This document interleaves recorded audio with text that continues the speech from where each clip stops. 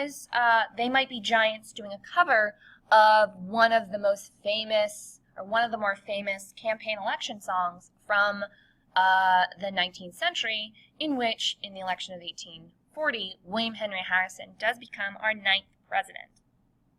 He is also probably more famous for being the president to serve the least amount of time in office, just 31 days, since he does die historically due to pneumonia.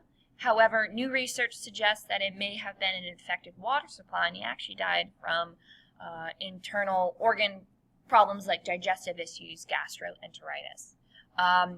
But he is also more famous as being the president to give the longest inauguration speech, lasting over 2.5 hours, probably, of over 8,000 words.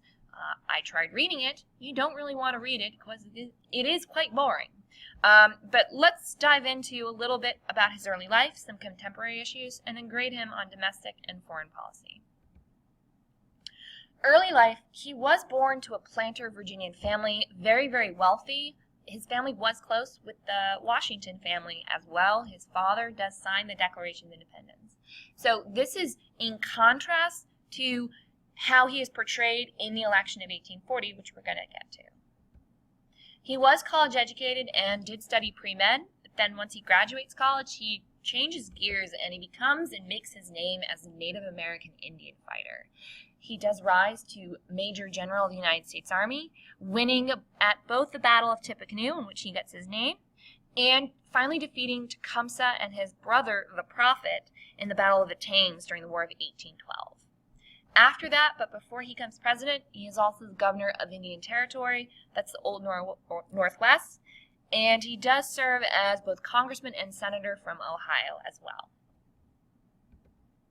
All right, so some contemporary issues surrounding his presidency that I just want to review very quickly is the famous Amistad case.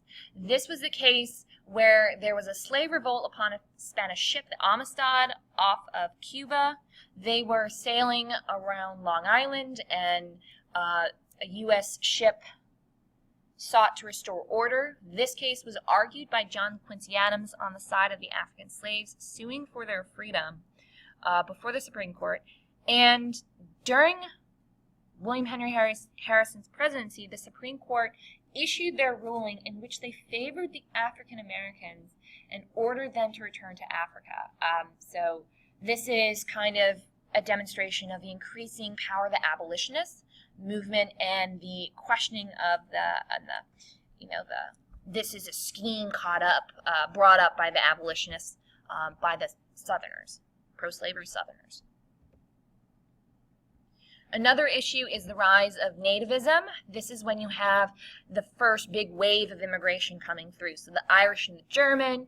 The Irish going to be a little bit more in larger numbers in the later 1840s, but they are going to settle in northeastern cities, and this leads to the development of the American Party, or the Know Nothing Party, in the late 1840s. Another issue that was probably the number one issue of the election of 1840 was the lingering effects of the Panic of 1837, caused by Jackson in his last days of office passes the Specie Circular Act, and Van Buren's unable to fix the economy. It's the most important issue of the campaign. So how would we grade him on domestic policy? Well, I arrived at a C+. He's kind of average, but he gets the plus, and he actually does kind of get a little domestic boost because of these new campaign tactics.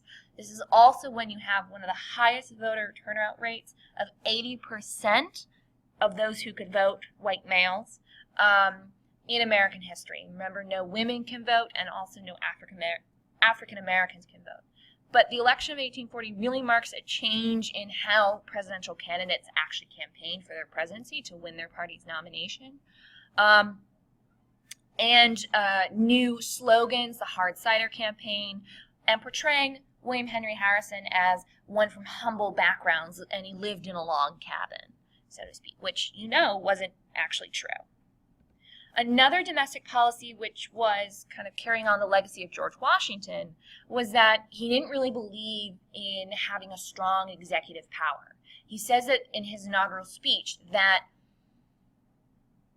the executive will bow to the will of Congress because they are the power of the people. And he kind of did a hands-off approach.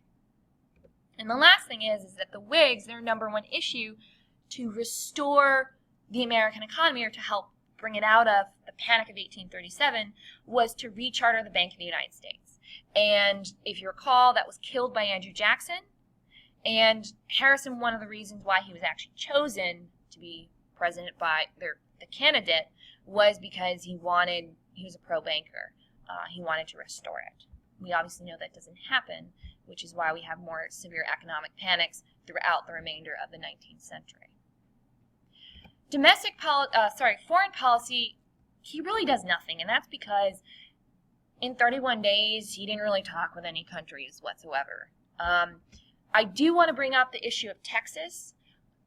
At this time, for William Henry Harrison, Texas was an independent country, so technically that falls under foreign policy today.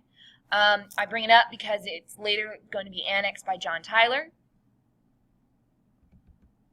And the last one, his foreign policy towards Native Americans. He was a pro-expansion, kind of pre-Manifest Destiny era, in expansion not only into the Northwest Territory, but also into the South, but not necessarily being pro-slavery. He's kind of quiet on that issue, but he was from a large Virginia plantation family, so he did own slaves.